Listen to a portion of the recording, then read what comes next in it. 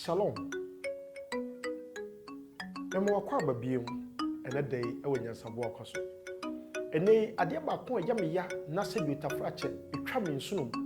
Na mmam ba bi tutume eye se bi tafrache. Ti bonko so biara ne ye frɛ no Kruasenii. Aya me ya se ene na mafo ene pa ye wo no ye to atwene na ye se ye kasa. Na obia na ye de eye abasobɔ ana enipa bi ede ma no na yesai ede ma wo mu asebi tafrache omon se emfata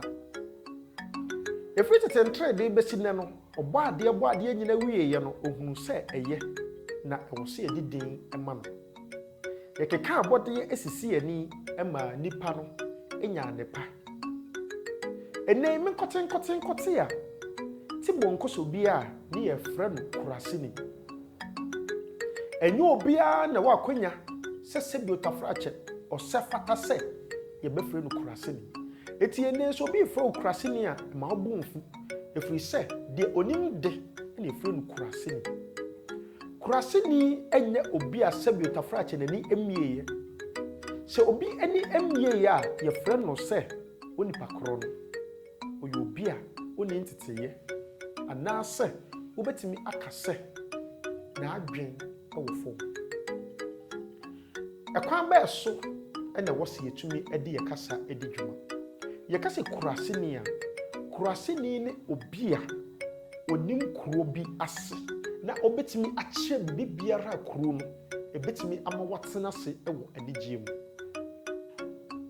sania ye duru kuro mu a na opese uhun kuro abakosem uhun kuro no enoma ahinta wo mu yase odi soa wabrabo ebesi uyi a nipa obetimi akyerɛw